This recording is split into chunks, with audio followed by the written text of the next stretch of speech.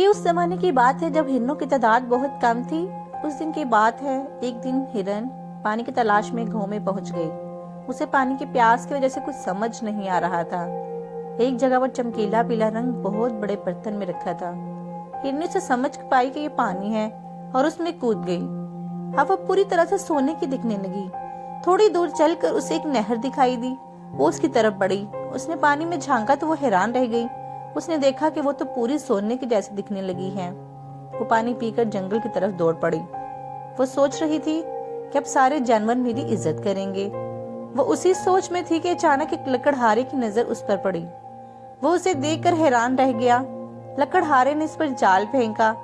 ہرن سوچ میں تھی اس لیے آسانی سے جال میں پھنس گئی۔ لکڑہارا روز جنگل میں لکڑیاں کاٹنے آیا کرتا تھا، لیکن اس نے پہلی بار سونے کا ہرن دیکھا تھا۔ وہ جلد ہی ہرن کو اپنے گھر لے گیا۔ وہ اسے گھر میں باندھ دیا۔ ہرن پریشان ہو گئی کہ اب وہ کس طرح جنگل واپس جائے۔ تھوڑے دن بعد اس نے یہاں سے بھاگنے کا خیال بھی دل سے نکال دیا، کیونکہ لکڑہارا جنگل سے روز لکڑیوں کے ساتھ ساتھ ہرن کے لیے میٹھے میٹھے پھل بھی لاتا تھا۔ ایک دن لکڑہارے نے سوچا کہ مجھے اس ہرنی کو اونچے دام میں بیچ دینا چاہیے۔ لکڑہارے نے کچھ ہی دنوں بعد اسے درزی کو بیچ دیا۔ اب درزی اسے اچھے اچھے کپڑے پہناتا اور اس کے ساتھ ہی اچھے اور مزیدار پھل کھانے کو دیتا تھا۔ کچھ دنوں بعد ہرنی نے درزی اور ایک جوتے بنانے والے کو بات کرتے سنا۔ درزی جوتے والے سے کہہ رہا تھا کہ میرے پاس ایک سونے کا ہرن ہے، میں اسے بیچنا چاہتا ہوں، کیا تم اسے خریدو گے؟ یہ سن کر جوتے والے کی آنکھیں چمک گئیں۔ اس نے اسے خریدنے کے لیے 5 دن کا وقت مانگا۔ ہرن ان دونوں کی باتیں سن کر بہت اداس ہو گئی، کیونکہ درزی اس کا بہت خیال رکھتا تھا، اچھے اچھے پھل کھلاتا، اچھے کپڑے بھی دیتا تھا۔ ہرن کو مجبوراً جوتے والے کے گھر جانا ہی پڑا۔ ہرن نے جیسا سوچا تھا ویسا بالکل بھی نہیں تھا۔ جوتے والا بہت مالدار تھا۔ اس کا گھر بہت عالیشان تھا۔ ہرنی وہاں آ کر بہت خوش ہوئی، کیونکہ جوتے والا لکڑہارے اور درزی سے بھی زیادہ خیال رکھتا تھا۔ ایک دن غلطی سے ہرن نے اپنے آگے کے پیر پانی میں ڈال دیے، تبھی اس کے پیروں کا رنگ نکل گیا۔ اب وہ پریشان ہوگی کہ اب اس کی پول کھل جائے گی۔ اس کے دماغ میں ایک ترکیب آئی۔ اس نے جوتے والے سے کہا، کیا تم میرے لیے جوتے بنا سکتے ہو؟ جوتے والے نے جلدی ہی اس کے لیے جوتے بنا دیے۔ جوتے دیکھ کر ہرنی بہت خوش ہوئی۔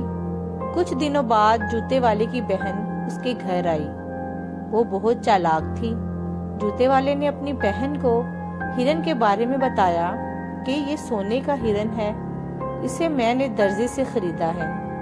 درزی نے کہا تھا یہ ہرن جس گھر میں جاتا ہے اس گھر کو مالا مال کر دیتا ہے۔ جوتے والے کی بہن سوچنے لگی کہ کچھ تو گڑبڑ ہے، یہ ہرنی سونے کی نہیں ہو سکتی۔ پھر اس نے جوتے والے سے پوچھا کہ یہ ہرن جوتے کیوں پہنے ہوئے ہے؟ تب جوتے والے نے اسے بتایا کہ جوتے بنانے کے لیے اسے ہرن نے ہی کہا تھا۔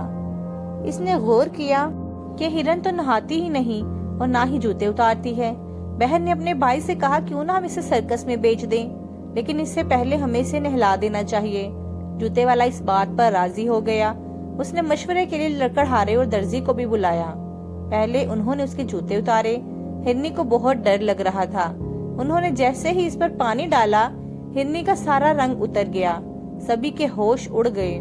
جوتے والے نے بہت ہی غصے سے درزی سے کہا، یہ تم نے ٹھیک نہیں کیا، تم نے میرے ساتھ دھوکہ کیا ہے۔ درزی نے کہا نہیں نہیں، ساری غلطی اس لکڑہارے کی ہے، اسی سے میں نے ہرنی خریدی تھی۔ سبھی لکڑہارے کو مارنے کے لیے آگے بڑھے۔ تبھی ہرن نے سبھی کو سب کچھ سچ سچ بتا دیا۔ ہرن کی سچائی سے سب بہت خوش ہوئے۔ انہوں نے ہرن کو معاف کر دیا اور ہرنی چھلانگے مارتے ہوئے جنگل کی طرف چل پڑی۔